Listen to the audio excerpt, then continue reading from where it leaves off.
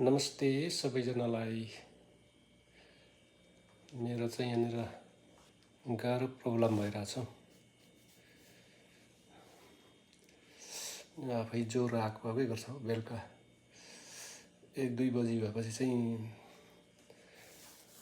ज्वरो सुरु भइहाल्छ। धेरै दिन भयो, 4-5 दिन भइसक्यो। दबाई खाँदै सुत्दै गर्दैछु।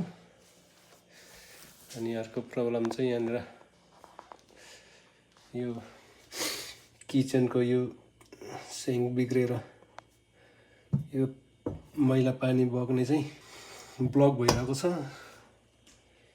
2-3 दिन भइसक्यो। यहाँनिर यो भित्र वालभित्रको पाइपमा चाहिँ भित्र कहाँ ब्लक भयो। 50 फिटभन्दा लामो त पाइँदैन यो मेसिन, स्न्याक मेसिन। अनि गाह्रो परिरहेको छ। अब यो के गर्नु साथी हो। अनि यसले अनि गर्दा पनि नभएपछि चाहिँ मुनि सिलिङ छ, फेरि एकदम यो खालको सिलिङ छ।